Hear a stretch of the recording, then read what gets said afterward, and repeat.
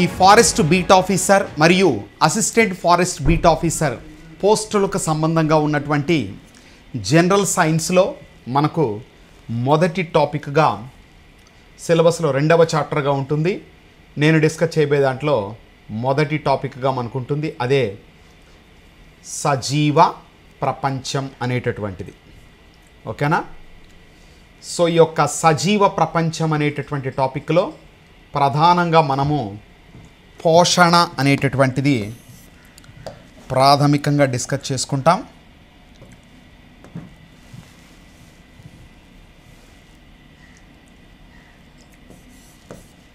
సజీవ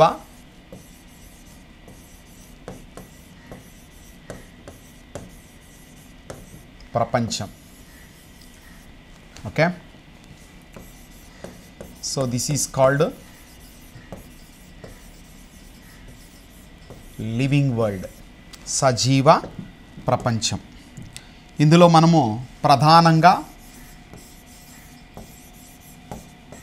పోషణ,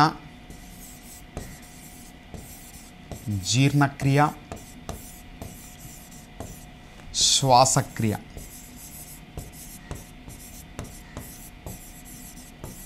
ఈ 3 అంశాలకు సంబంధించినటువంటివి మనము డిస్కస్ చేయడం జరుగుతుంది. One is nutrition,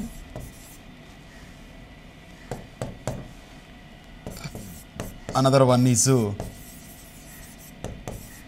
digestion, third one is respiration. Okay, right. So మరి ఇక్కడ ముందుగా మనం చూసుకున్నప్పుడు సజీవ ప్రపంచం అనేటటువంటి టాపిక్లో భాగంగా అసలు సజీవులు అంటే ఏంటి, సో ఏవైతే జీవమును కలిగి ఉంటాయో వాటినే మనము సజీవులుగా పిలవడం అనేటటువంటిది జరుగుతుంది. సో ఇన్ జనరల్గా కూడా రేపు మీరు ఎఫ్బిఓ కానీ ఏఎఫ్బిఓ కానీ మనము జాయిన్ అయ్యి రేపు పోస్ట్లో జాయిన్ అయిన తర్వాత ఖచ్చితంగా ఫీల్డ్ విజిట్స్ అనేవి మనకు ఉంటాయి. మరి మన ఏరియాలో ఉన్నటువంటి ఫారెస్ట్లో మనము సర్వే చేస్తున్నప్పుడు కావచ్చు, లేదా జస్ట్ అలా అబ్జర్వేషన్కి వెళ్ళినప్పుడు సూపర్విజన్కి ఖచ్చితంగా ఒక జంతువుకు సంబంధించి కావచ్చు, తర్వాత మొక్కల పరంగా కావచ్చు, ప్రాథమిక అవగాహన అనేటటువంటిది మీకు ఉండాలి. మరి అందులో భాగంగా తీసుకుంటే సజీవుల లక్షణాలు అనేటటువంటివి, the characteristic features of living organisms అనేటటువంటివి చాలా చాలా చాలా ఇంపార్టెంట్. ఓకే, ఈ వేటికైతే ప్రాణం ఉంటుందో వాటినే మనము సజీవులుగా అభివర్ణించడం జరుగుతుంది. మరి ఆ సజీవుల యొక్క లక్షణాలు ముందుగా మనం పరిశీలన చేద్దాం, ఆ తర్వాత మిగిలిన టాపిక్లోకి వెళదాం. సో సజీవుల లక్షణాలు.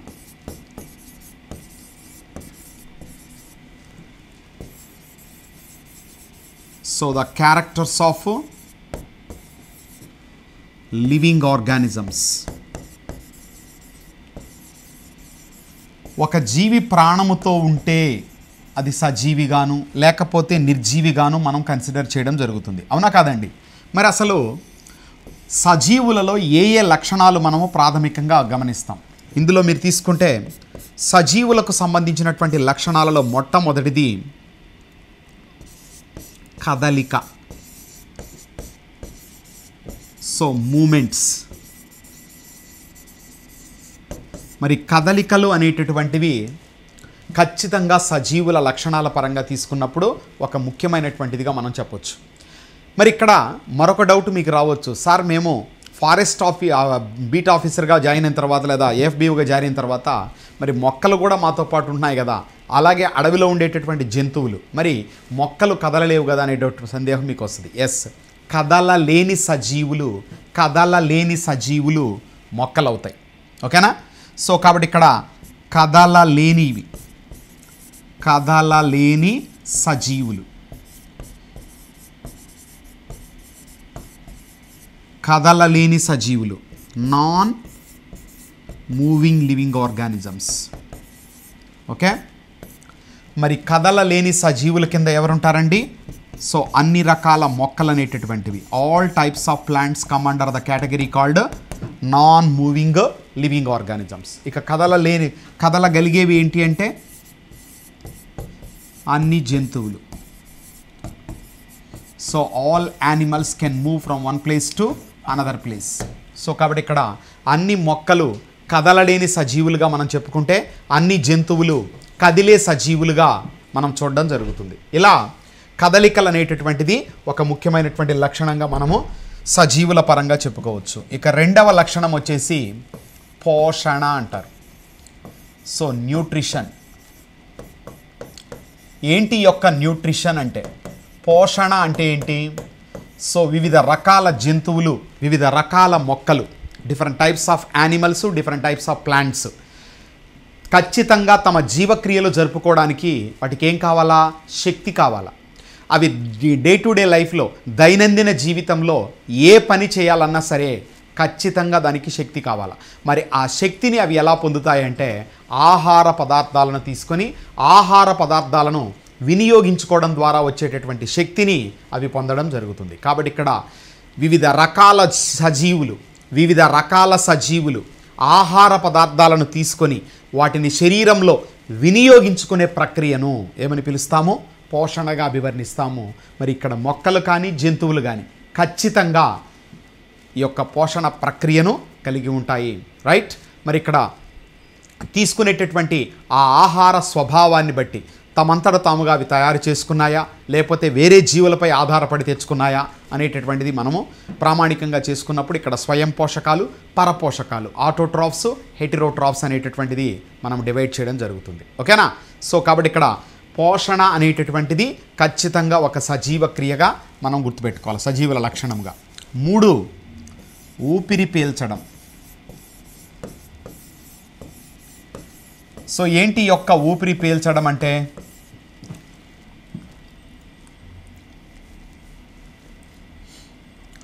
సో ఊపిరి పీల్చడం నథింగ్ బట్ బ్రీతింగ్.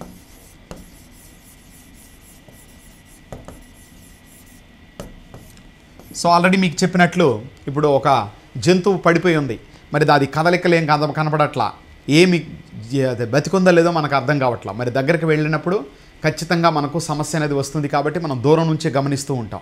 ఆ గమనించేటప్పుడు ఈ పొట్ట భాగం కిందికి పైకి కదులుతోంది అంటే అది బతికున్నట్టు.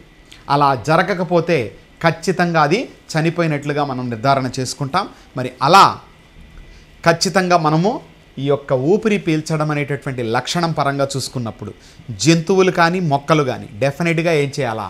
ఊపిరి పీల్చాలి. అంటే ఏంటి? ఆక్సిజన్ను తీసుకొని కార్బన్ డైఆక్సైడ్ను వదిలిపెట్టాలి.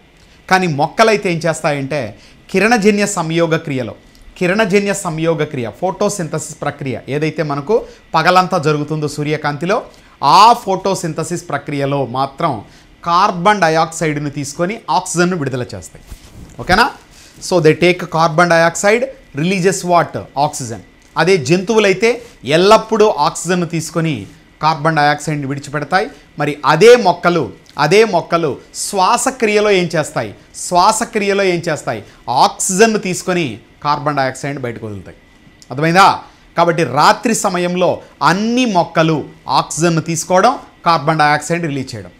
మరి జంతువులు ఎల్లప్పుడూ ఆక్సిజన్ను తీసుకొని కార్బన్ డైఆక్సైడ్ని విడుదల చేస్తాయి. కాబట్టి ఇక్కడ మొక్కల పరంగా చూసుకున్నప్పుడు పగటి సమయంలో they take carbon dioxide, release oxygen. అదే జంతువుల పరంగా చూసుకున్నప్పుడు అన్ని వేళలా ఖచ్చితంగా ఆక్సిజనే తీసుకోవాలా, కార్బన్ డైఆక్సైడ్ వదిలిపెట్టాలా. కానీ మొక్కలు, ఆల్ ప్లాంట్స్ డ్యూరింగ్ రెస్పిరేషన్, శ్వాసక్రియలో మాత్రం ఖచ్చితంగా ఆక్సిజన్ తీసుకుంటాయి, కార్బన్ డైఆక్సైడ్ను విడిచిపెడతాయి. కాబట్టి ఇక్కడ పీల్చడం అనేటటువంటి ప్రక్రియ ఇటు మొక్కల పరంగా జంతువుల పరంగా రెండిటిలో కూడా మనకు కామన్గా కనిపించేటటువంటి అంశం. ఇక 4వదిగా మనం తీసుకుంటే ప్రత్యుత్పత్తి. ఏంటండి ఈ యొక్క ప్రత్యుత్పత్తి అంటే? ఒక జీవి తనను పోలిన మరొక జీవిని తయారు చేయడం. రైట్. రీప్రొడక్షన్ అంటాం. ఒక జీవి తనను పోలిన మరొక జీవిని తయారు చేయడం, దాన్నే ప్రత్యుత్పత్తిగా అభివర్ణిస్తారు. రైట్. మరి ఇక్కడ మీకు మనం ఒక ఈ FBO పోస్ట్లోకి ఎంటర్ అవ్వాలన్నా లేకపోతే అలా జరగాలన్నా ఖచ్చితంగా అటవీ విస్తీర్ణము పెరగాలి. అటవీ విస్తీర్ణము పెరిగితే డెఫినెట్గా మనకు పోస్టుల సంఖ్య పెరగడానికి ఛాన్స్ ఉంటుంది. అవునా కాదండి? మరి ఇక్కడ ఆ అటవీ విస్తీర్ణము పెరగాలంటే ఉన్నటువంటి మొక్కలు ఏం చేయాలా? తమ జాతికి చెందినటువంటి మొక్కలను, తమలాగా ఉన్నటువంటి మొక్కలను అవి అభివృద్ధి చేయాలి. మరి ఆ అభివృద్ధి జరగాలి అంటే ఖచ్చితంగా అవి ఏ జీవన విధానాన్ని అనుసరించాలా? ప్రత్యుత్పత్తిని ఫాలో అవ్వాలి. సో ఈ యొక్క ప్రత్యుత్పత్తిలో ఒక జీవి తనను పోలిన మరొక జీవిని తయారు చేస్తుంది. Every living organism produces same kind of living organisms. అలా ఆ ప్రక్రియను మనం ప్రత్యుత్పత్తిగా పిలుస్తాము. అది మొక్క కానీ జంతువు కానీ రెండిట్లో కూడా మనకి ఈ యొక్క ప్రత్యుత్పత్తి అనేటటువంటిది కనిపిస్తుంది. ఓకేనా? రైట్. ఇక నెక్స్ట్ 5వదిగా మనం చూసుకుంటే ఉద్దీపనలకు ప్రతిస్పందించుట. ఉద్దీపనలకు ప్రతిస్పందించుట. సో సజీవ లక్షణాలలో 5వదిగా మనం తీసుకున్నప్పుడు ఉద్దీపనలకు ప్రతిస్పందించుట. Respond to the stimulus. Respond to the stimulus. Okay, respond to the stimulus. ఉద్దీపనకు ప్రతిస్పందించడం. ఏంటి ఉద్దీపన అంటే? సో తమ చుట్టూ జరిగేటటువంటి పరిసరాలలో, ఓకేనా, తమ చుట్టూ ఉన్నటువంటి పరిసరాలలో జరిగే మార్పుకు సజీవులు ఏం చేస్తాయి? ప్రతిస్పందిస్తాయి. ఇప్పుడు బొద్దింకలు మనం తీసుకున్నాం అనుకోండి. బొద్దింకలు రాత్రి సమయంలో మనకు వంటగదిలో లైట్ వేయగానే ఏమవుతాయి? బొద్దింకలు జర్రం జారుకుంటాయి, వెళ్ళిపోతాయి. తర్వాత మనం ఏం చేస్తాం? ఎండ తీవ్రత బాగా మనకు పడుతుంది అనుకోండి ఒంటి మీద, వెంటనే అక్కడ ఎండ పడే దగ్గర నుంచి ఏం చేస్తాం? నీడగా ఉన్న ప్రాంతానికి వెళ్ళిపోతాం. అవునా కదా? అట్లా తర్వాత ఎవరైనా వచ్చి ఇలా మన కళ్ళ ముందు లేకపోతే మనం మొహం దగ్గర ఇలా అన్నారనుకో, వెంటనే కళ్ళు మూసేస్తాం. అవునా కదా? ఇవి మన చుట్టూ ఉన్నటువంటి పరిసరాలలో జరిగే మార్పులకు అనుకూలంగా ఏం చేయడం? ప్రతిస్పందించడం అనేది జరుగుతుంది. అది కూడా అన్ని సజీవుల యొక్క లక్షణం. ఓకే, సో మీకు టచ్ మీ నాట్ ప్లాంట్, రేపు మీరు ఫారెస్ట్లోకి వెళ్ళినప్పుడు ఖచ్చితంగా ఇది చూస్తారు. టచ్ మీ నాట్ ప్లాంట్ అంటాం దీన్ని. ఎందుకు దీనిని టచ్ మీ నాట్ అనే పేరుతో పిలుస్తారంటే, సో దీన్నే మనము అత్తిపత్తి మొక్కగా పిలుస్తారు. దీని యొక్క సైంటిఫిక్ నేము మైమోసా పుడికా. మైమోసా పుడికా. సో ఈ యొక్క మైమోసా పుడికా అనేటటువంటి ఈ మొక్క, ఓకేనా, మైమోసా పుడికా అనేటటువంటి యొక్క మొక్కను, దీని యొక్క సైంటిఫిక్ నేమ్ అండి ఇది, అత్తిపత్తిగా పిలుస్తారు. దీనిని తాకగానే ఏం చేస్తాయి? ఆకులు ముడుచుకుపోతాయి. ఓకే, సో ఈ యొక్క ముడుచుకుపోయేటటువంటి గుణము కూడా ఒక ప్రతిస్పందనగా మనం గుర్తుపెట్టుకోవాలి. అలా తాకడం అనేది ఉద్దీపన అవుతుంది. రైట్, ముడుచుకుపోవడం అనేది ప్రతిస్పందన అవుతుంది. కళ్ళపై కాంతి పడినప్పుడు కళ్ళు మూయడము ప్రతిస్పందన, రెస్పాన్స్ అవుతుంది. కాంతి లైట్ ఏమవుతుంది? స్టిమ్యులస్ అవుతుంది. రైట్, సో బొద్దింకలు చీకటిలోకి పరిగెత్తడం కావచ్చు. తర్వాత మనకు అడవులలో జంతువులు ఏం చేస్తాయి? అధికంగా తీవ్రత ఉన్నటువంటి కాంతి పడగానే ఆ లైట్కు బెదిరిపోయి పరిగెత్తేస్తాయి. అవునా కదా? ఎందుకంటే అవి బాగా డెన్స్ ఫారెస్ట్లో ఉండేటటువంటి జంతువులు అయితే ఖచ్చితంగా వాటికి కాంతి అనేటటువంటిది తక్కువగా ఉంటుంది కాబట్టి ఆ వాతావరణానికి అలవాటు పడి ఉంటాయి. మరి సడన్గా తీవ్ర స్థాయిలో కాంతి పడినప్పుడు అవి బెదిరి పరిగెత్తడం అనేది జరుగుతుంది.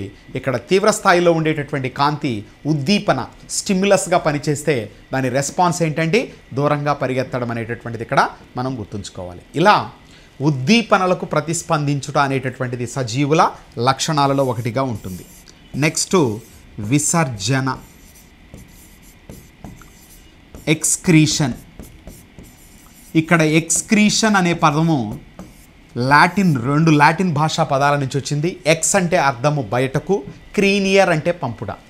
సో శరీరంలో తయారయ్యేటటువంటి వ్యర్థాలను బయటకు పంపేటటువంటి ప్రక్రియనే విసర్జనగా వివరిస్తారు. ఈ విసర్జన కూడా అన్ని సజీవుల యొక్క ఒక ప్రధాన లక్షణముగా మనం గుర్తుపెట్టుకోవాలి. ఓకే, సో అన్ని సజీవులు, అవి మొక్కలు కావచ్చు, జంతువులు కావచ్చు, వ్యర్థాలను ఏం చేస్తాయి? అదనంగా తయారైనటువంటి పదార్థాలను ఏం చేస్తాయి? బయటకు పంపడానికి ప్రత్యేకమైనటువంటి విసర్జక వ్యవస్థను ఏర్పాటు చేసుకున్నాయి. అయితే ఇక్కడ అభ్యర్థులు గుర్తుపెట్టుకోండి, మొక్కలు అనేటటువంటివి విసర్జన ప్రక్రియను జరుపుతాయే కానీ ప్రత్యేకించిన విసర్జక వ్యవస్థ మొక్కలలో లేదు. ఓకేనా? సో జంతువులలో కనిపించినట్లు విసర్జక వ్యవస్థ అనేది మొక్కలలో కనబడదు. There is no excretory system in plants, but excretory system is present in animals. Okay, no excretory system in plants but there is excretion in plants. మొక్కలలో విసర్జన ఉంది కానీ విసర్జక వ్యవస్థ లేదు. రైట్, మనకు వస్తుంది, అక్కడ చూద్దాం ఏ విధంగా మొక్కలలో విసర్జన అనేది జరుగుతుంది అనేది. రైట్, ఇది 6వ ముఖ్యమైనటువంటి లక్షణం. ఇక 7వదిగా మనం తీసుకుంటే పెరుగుదల, గ్రోత్. సో పెరుగుదల, గ్రోత్ అనేటటువంటిది సజీవుల యొక్క ఒక విశిష్ట లక్షణం. అయితే నిరంతరంగా పెరిగే సజీవులు కొన్ని ఉంటే, కొన్ని జీవులు ఏం చేస్తాయి, కొంత వయసు వచ్చే వరకు పెరిగి ఆ తర్వాత పెరుగుదల ఆగిపోతుంది. మరి అలా తీసుకున్నప్పుడు అన్ని జంతువులు ఒక వయసు వరకు మాత్రమే పెరుగుతాయి, ఆ తరువాత పెరుగుదల ఆగిపోతుంది. In all animals growth is restricted after achieving certain age. But whereas in plants, అన్ని మొక్కలలో పెరుగుదల అనేటటువంటిది నిరంతరంగా జరుగుతుంది. Okay, so growth is a continuous process in all plants, but whereas in animals it is restricted or confined to a particular age. So ఒక వయసుకు reach అయిన తర్వాత పూర్తిగా పెరుగుదల ఆగిపోతుంది, కానీ మొక్కలలో మాత్రం నిరంతర పెరుగుదల చూడవచ్చు. సో కాబట్టి ఇక్కడ నిరంతర పెరుగుదల, ఓకేనా, నిరంతర పెరుగుదల అనేటటువంటిది, కంటిన్యూస్ గ్రోత్ అనేటటువంటిది మనం ఎక్కడ చూస్తాం, అన్ని మొక్కలలో చూస్తాం. So all plants will have what, the continuous growth process. Okay, right. ఇవి సజీవుల పరంగా చూసుకున్నప్పుడు మనకు కనిపించేటటువంటి కొన్ని విశిష్ట లక్షణాలు. ఓకేనా, మరి యొక్క సజీవులు అనేటటువంటివి వివిధ రకాల లక్షణాలు, సజీవ లక్షణాలను కలిగి ఉండడానికి కారణం ఏంటయ్యా అంటే, సజీవుల లక్షణాలకు కారణం ఏంటంటే అన్ని సజీవులు, ఓకేనా, అన్ని సజీవులలో కనిపించేటటువంటి ఈ సజీవ లక్షణాలు కలిగి ఉండడానికి కారణము, రైట్, సజీవ లక్షణాలకు కారణం ఏంటి, సజీవ లక్షణాలకు కారణం, రీజన్ ఫర్ లివింగ్ క్యారెక్టర్స్.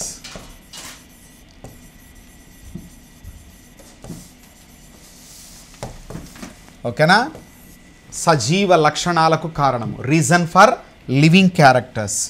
మరి ఈ సజీవ లక్షణాలకు కారణం ఏంటంటే అన్ని సజీవులు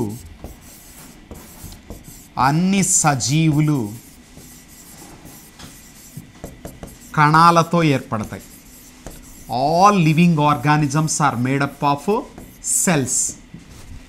ఈ కణాలలో ప్రత్యేకమైనటువంటి జీవ పదార్థం ఉంటుంది. ఓకేనా, సో కణాలలో ఉండేటటువంటి ప్రత్యేకమైనటువంటి పదార్థాన్ని మనం ఏమని పిలుస్తాం, జీవ పదార్థం, ప్రోటోప్లాజం అనేటటువంటి పేరుతో పిలుస్తారు. ఈ ప్రోటోప్లాజం ఏదైతే కణంలోకి వచ్చిందో దానినే మనము కణద్రవ్యం, సైటోప్లాజం అనే పేరుతో కూడా చెప్పొచ్చు. కణద్రవ్యం, సైటోప్లాజం అనేటటువంటి పేరుతో కూడా మనం దానిని పిలుస్తాం. అర్థమైందా, రైట్. కాబట్టి ఇప్పుడు జీవానికి మూలం ఏదయ్యా అంటే, జీవానికి మూలం ఏదయ్యా అంటే ఈ యొక్క జీవ పదార్థం.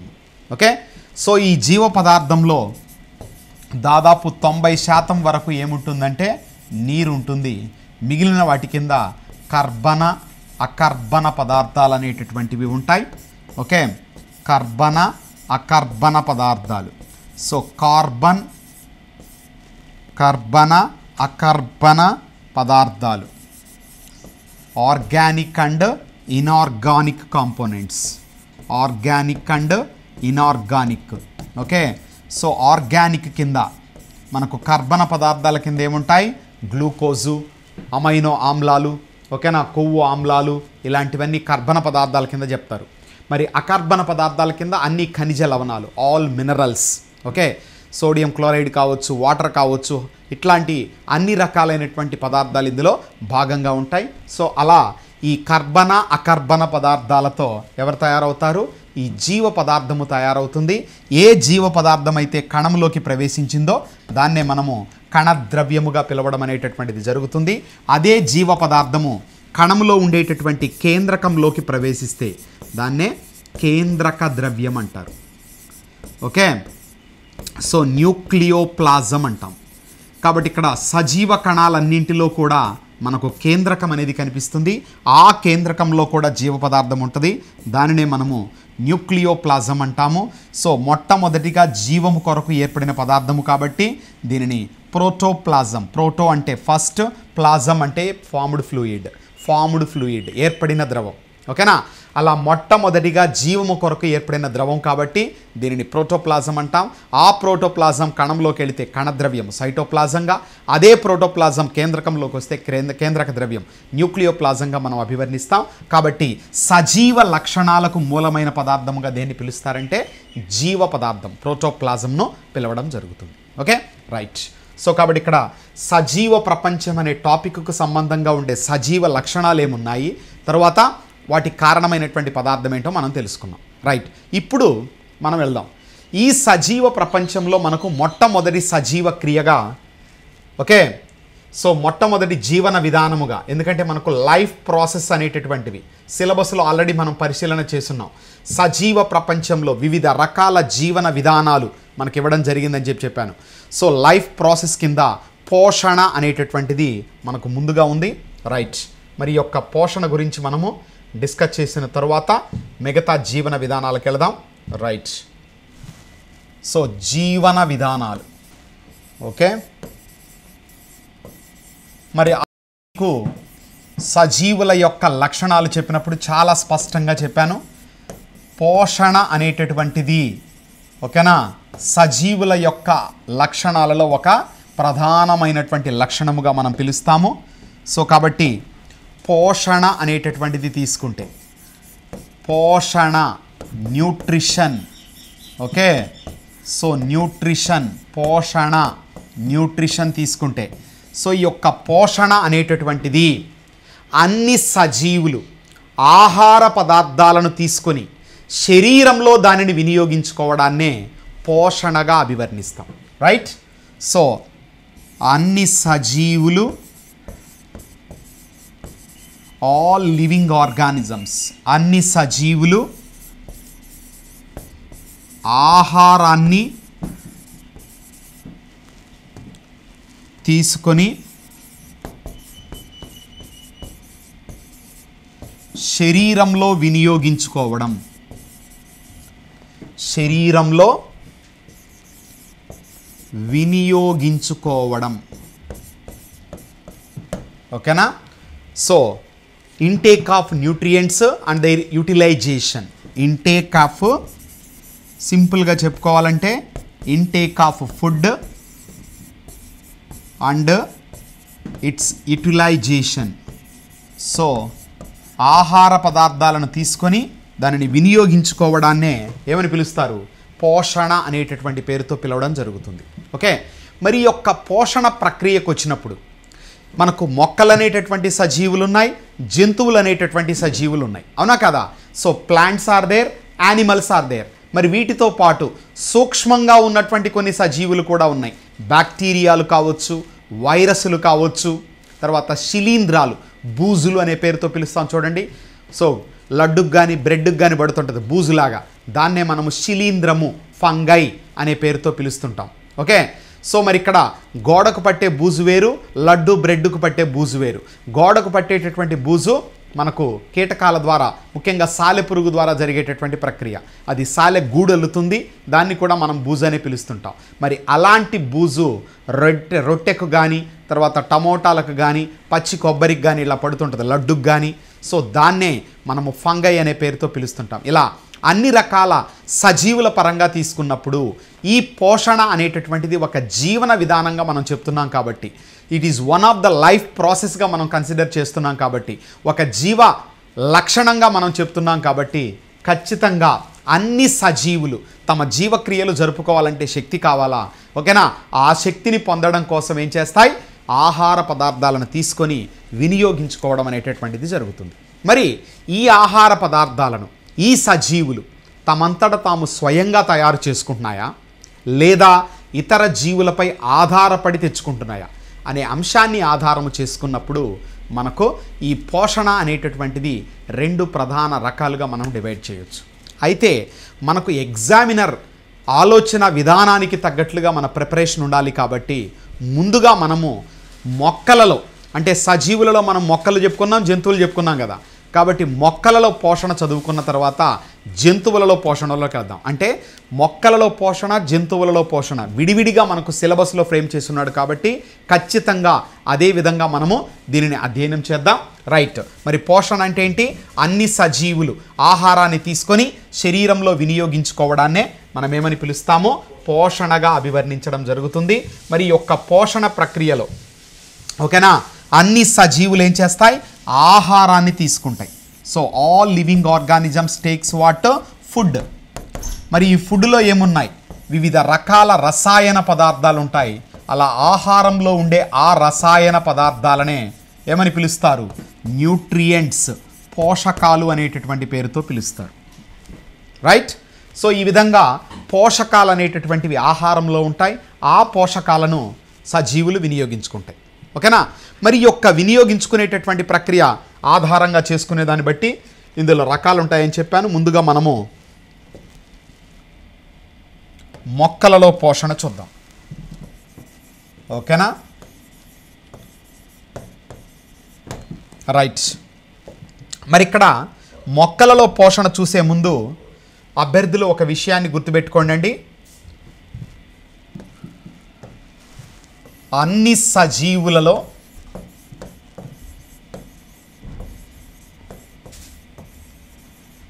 పోషణ రకాలు.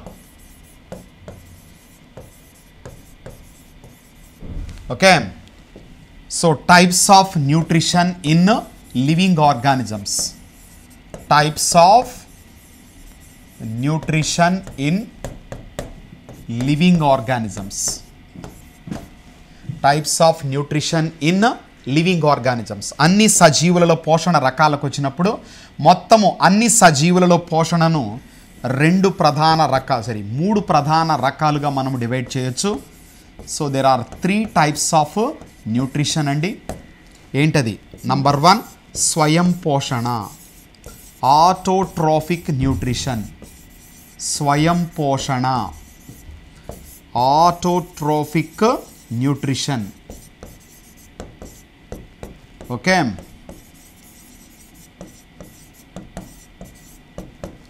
రైట్.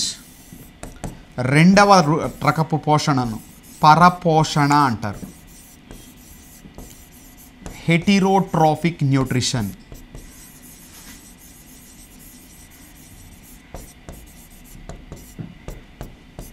హెటిరోట్రోఫిక్ న్యూట్రిషన్ పరపోషణ అనే పేరుతో పిలుస్తారు. ఇక మూడవ రకపు ప్రత్యేక పోషణను మిశ్రమ పోషణ అంటారు. మిశ్రమ పోషణ, మిక్సోట్రోఫిక్ న్యూట్రిషన్.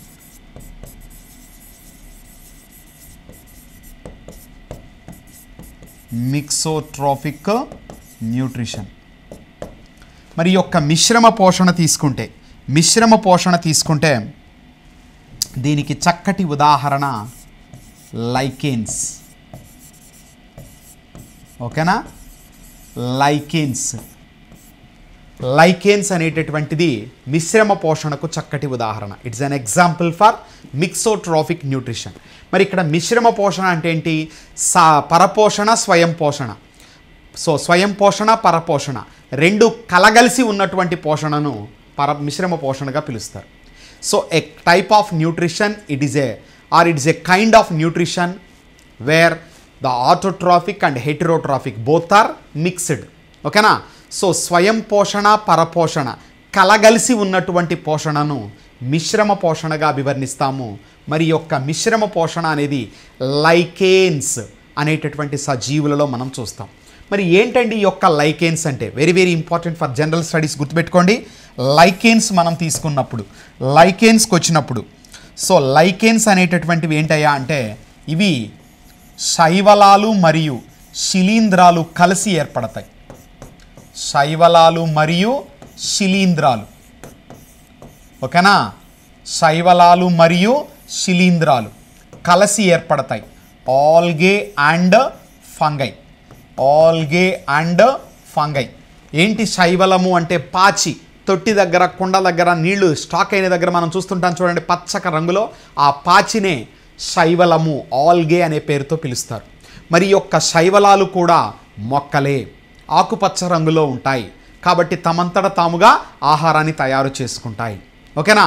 మరి ఈ యొక్క శైవలాలు మరియు శిలీంధ్రాలు, శిలీంధ్రాలు కూడా మొక్కలే. శిలీంధ్రాలు కూడా మొక్కలే. కంటికి కనిపించే శిలీంధ్రము పుట్టగొడుగులు, గుర్తుపెట్టుకోవాలా. పుట్టగొడుగులు అనేటటువంటివి కంటికి కనిపించే శిలీంధ్రాలు. ఓకేనా. మరి అన్ని పుట్టగొడుగులు మనం ఆహారంగా తీసుకోవచ్చా? కాదు. కొన్ని పాయిజనస్, కొన్ని విషపూరితమైనవి. కొన్ని పుట్టగొడుగులు మాత్రమే మనకు ఆరోగ్యానికి మంచిది. ఎందుకంటే మంచి పోషక విలువలు. గుర్తుపెట్టుకోండి, పుట్టగొడుగులలో ఉండే విటమిన్ బి కాంప్లెక్స్. ఓకేనా. ముఖ్యంగా విటమిన్ B1 పుష్కలంగా మనకు ఎందులో దొరుకుతుందంటే దాన్నే మనము థయమిన్ అనే పేరుతో పిలుస్తాము. ఈ యొక్క B1 లేదా థయమిన్ అనేటటువంటి విటమిన్ మనకు పుట్టగొడుగులలో ఎక్కువగా లభిస్తుంది. కాబట్టి బి కాంప్లెక్స్ విటమిన్కు సమృద్ధి వనరుగా మనం ఈ యొక్క పుట్టగొడుగులను చెప్పుకోవచ్చు.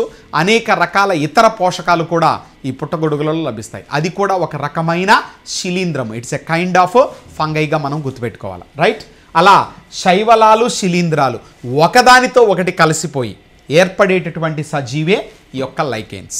ఓకేనా. Lichens is a combination of algae and fungi. Algae and fungi. ఓకేనా. రెండు కలిసి ఏర్పడితే దాన్ని లైకెన్స్ అంటాము. మరి లైకెన్స్లో ఉండే శైవలము స్వయం పోషకం అయితే శిలీంధ్రం ఏమవుతుంది? పరపోషకం అవుతుంది. ఎండ వేడిమి నుంచి మొక్కను రక్షించుకుంటుంది ఎవరు? శిలీంధ్రాలు. అలాగే శైవలాలకు కావలసినటువంటి, ఆల్గేకి కావలసినటువంటి వాటరు, మినరల్స్ వీటన్నిటిని కూడా ప్రొవైడ్ చేస్తుంది.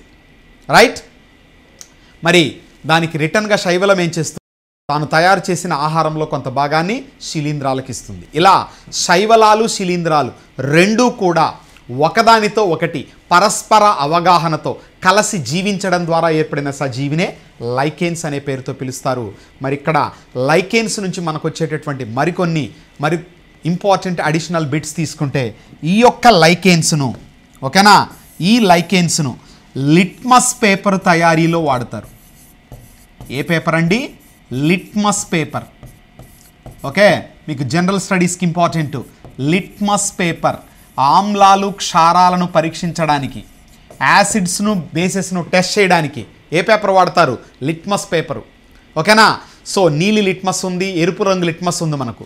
అలా blue colour litmus, red colour లిట్మస్ను వాడతాం. ఆ లిట్మస్ పేపర్ల ద్వారా ఒక ఇవ్వబడినటువంటి ద్రావణంలో ఏది ఆమ్లము ఏది క్షారమో మనం డిసైడ్ చేయొచ్చు. మరి ఇక్కడ లిట్మస్ పేపర్కు సంబంధించిన తయారీలో ఉపయోగపడేటటువంటి మొక్క ఏది అంటే లైకెన్స్, గుర్తుపెట్టుకోవాలి. ఓకేనా. రైట్. తర్వాత ఈ యొక్క లైకెన్స్ అనేటటువంటివి సల్ఫర్ డయాక్సైడ్, ఓకేనా, సల్ఫర్ డయాక్సైడ్ గుర్తుపెట్టుకోవాలా. లాస్ట్ మనకు ప్రీవియస్ ఎగ్జామ్లో దీని మీద ఒక బిట్ వచ్చింది. నైట్రోజన్ సంబంధిత పదార్థాలు ఏ ప్రక్రియకు లేదా పర్యావరణ సంబంధంగా దేనికి దోహదం చేస్తాయి అంటాడు. సో వాతావరణ మార్పులకు కారణమవుతాయి, ఆమ్ల వర్షాలకు కారణమవుతాయి, అలాగే ప్రత్యేకించి ఈ యొక్క రేడియేషన్ పరంగా కూడా, అంటే గ్లోబల్ వార్మింగ్ను కూడా ఇవి పెంపొందింప చేయగలవు. అలాంటి లక్షణాలతో తర్వాత ఓజోన్ డిప్లీషన్, ఓజోన్ పొరనేం చేయగలవు? నాశనము చేయగలవు. అలాంటి లక్షణాలు నైట్రోజన్ పరంగాను, అలాగే సల్ఫర్ డయాక్సైడ్ ఈ యొక్క సల్ఫర్ డయాక్సైడ్ అనేటటువంటిది ఒక విషపూరితమైనటువంటి వాయువు. ఆమ్ల వర్షాలకు కూడా కలిగించేటటువంటి లక్షణము ఈ యొక్క సల్ఫర్ డయాక్సైడ్కు ఉంది. ఓకేనా. యాసిడ్ రెయిన్స్ అంటారు. రైట్. మరి అలాంటి సల్ఫర్ డయాక్సైడ్ అనేటటువంటి వాయు కాలుష్యకము వాతావరణంలో గనక ఎక్కువైతే, అంటే సల్ఫర్ డయాక్సైడ్ యొక్క స్థాయి వాతావరణంలో పెరిగితే లైకెన్స్ యొక్క రంగు ఏమవుతుంది? మారిపోతుంది. అలా లైకెన్స్ అనేటటువంటివి సల్ఫర్ డయాక్సైడ్ కాలుష్య సూచికలుగా ఉపయోగపడతాయి. వేటి సూచికలండి? సల్ఫర్ డయాక్సైడ్ కాలుష్య సూచికలు. సో మనకు ఈ భారతదేశపు వారసత్వ కట్టడాలలో ఒకటిగా, ప్రపంచ వింతలలో ఒకటిగా మనం చెప్పుకునేటటువంటి తాజ్ మహల్ తీసుకున్నప్పుడు, ఈ తాజ్ మహల్ చుట్టుపక్కల ప్రాంతాలలో సీస రహిత పెట్రోల్, అన్లెడెడ్ పెట్రోల్ ఉపయోగించమని సుప్రీంకోర్టు ఆర్డర్స్ ఇష్యూ చేసింది. ఎందుకంటే ఈ పెట్రోల్ను కనుక మనం మండించాము అంటే అందులో ఒక ఉప ఉత్పన్నంగా ఈ సల్ఫర్ డయాక్సైడ్ లాంటి వాయువులు విడుదలవుతాయి. మరి ఇవి ఆమ్ల వర్షాలు, యాసిడ్ రెయిన్స్కు కారణమవుతాయి. ఆ ఆమ్ల వర్షాలు గనక ఈ పాలరాయితో కట్టినటువంటి తాజ్మహల్ పైన పడ్డాయంటే తెల్లటి పాలరాయి కనబడేటటువంటి తాజ్మహల్ అందమేమవుతుంది, పసుపు రంగులోకి మారి అందవిహీనంగా మారిపోతుంది. దాన్నే మనము మార్బుల్ క్యాన్సర్ అంటాం. ఏమంటాము? Marble cancer. గుర్తుపెట్టుకోవాలా, మార్బుల్ క్యాన్సర్ను కలిగించే వాయువులు ఏవి అంటే nitrogen oxide, nitrogen dioxide, sulphur dioxide. ఓకేనా? So oxides of nitrogen, oxides of sulphur. సింపుల్గా చెప్పుకోవాలంటే సల్ఫరు ఆక్సిజన్ కలిసి సల్ఫర్ డయాక్సైడు, నైట్రోజను ఆక్సిజన్ కలిసి nitrogen monoxide, nitrogen dioxide, nitrous oxide ఇట్లా మనకు ఏర్పడతాయి. కాబట్టి ఈ పదార్థాలు వర్షపు నీటితో కలిసి ఏం చేస్తుంది? HNO3, H2SO4 sulphuric ఆమ్లము, HNO3 nitric ఆమ్లము ఇలా తయారవుతాయి.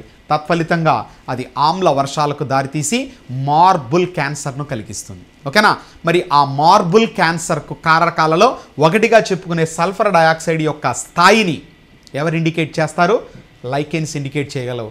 ఎందుకంటే లైకెన్స్ ఆ ప్రాంతంలో కనుక ఉంటే వాటి రంగు మారింది అంటే ఖచ్చితంగా సల్ఫర్ డయాక్సైడ్ స్థాయి మించినట్లుగా, ఎక్కువైపోయినట్లుగా మనము గుర్తుంచుకోవాలి మిత్రులారా. Okay, right. That is about ఈ యొక్క మిశ్రమ పోషణలో మనం భాగంగా చూసుకున్నప్పుడు లైకెన్స్ అనేటటువంటివి ఎగ్జాంపుల్ అవుతాయి. లిట్మస్ పేపర్ తయారీలో వాడతారు.